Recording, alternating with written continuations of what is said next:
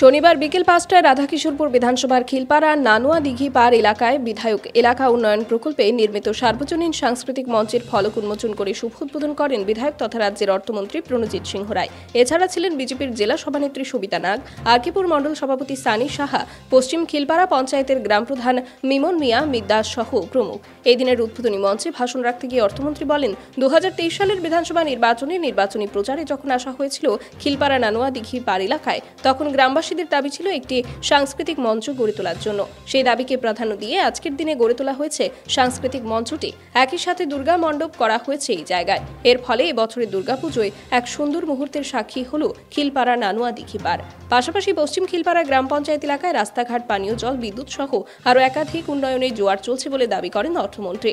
এদিনের অনুষ্ঠানে ব্যাপক সাড়া লক্ষ্য করা যায় পশ্চিম খিলপাড়া গ্রাম পঞ্চায়েত এলাকার গ্রামবাসীদের মধ্যে। উদয়পুর থেকে নিজস্ব প্রতিনিধির রিপোর্ট, টিভি 100 বাংলা।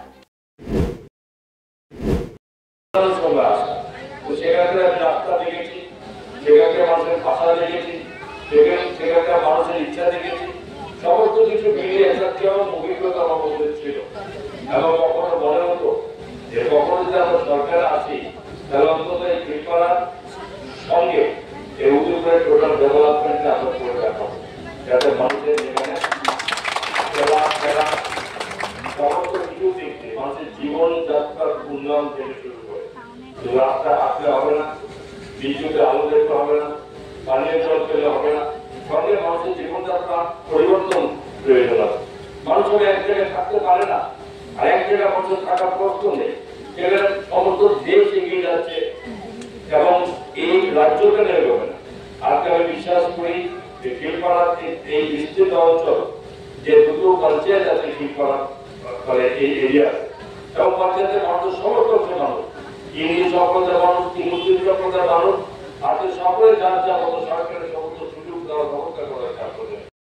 মা বোনদের দীর্ঘদিনের একটা চাওয়া ছিল আমাদের মন্ত্রী মহোদয়ের কাছে। এই এলাকার মা বোনদের সেই চাওয়াকে মিটিয়ে দেওয়ার জন্য উনি ২০২৩-এর নির্বাচনী প্রচারে যখন এসেছিলেন, তখন এই ওয়ার্ড মেম্বার ওয়ার্ডের সংসদকে দিয়ে এবং এলাকার মা বোনরা আমাদের মন্ত্রী মহোদয়ের কাছে চেয়েছিল যাতে আমরা এই জায়গার মধ্যে একটা সাংস্কৃতিক মঞ্চের পার্মানেন্ট একটা করে দেওয়া হবে। এই পশ্চিম খিলপাড়াবাসীর কথাকে প্রাধান্য দিয়ে আমাদের মন্ত্রী মহোদয় সারা দিয়ে যেভাবে আজকে আমাদের এই উপহারটা দিয়েছে, আমরা এলাকাবাসী মন্ত্রী মহোদয়ের কাছে কৃতজ্ঞ। আমাদের এই এলাকার রাস্তাঘাট থেকে শুরু করে উন্নয়নের জোয়ার বইছে পশ্চিম খিলপাড়া গ্রাম পঞ্চায়েতে, সেটা আপনারা তার স্বরূপ সাক্ষী। আমরা যেটা কোনোদিন ভাবিনি যে গ্যাস গোডাউনের মুখে রাস্তার মধ্যে পেপার বোর্ড বসানো হবে, সেটাও করে দিয়েছেন আমাদের এই মন্ত্রী মহোদয়।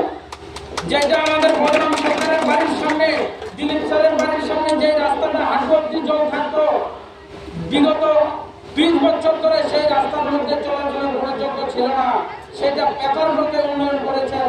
অন্যান্য গ্রাম পঞ্চায়েতের সঙ্গে পাল্লা দিয়ে আজকে পশ্চিম খিলপাড়া গ্রাম পঞ্চায়েতও সেভাবে উন্নয়নের জোয়ার হয়েছে।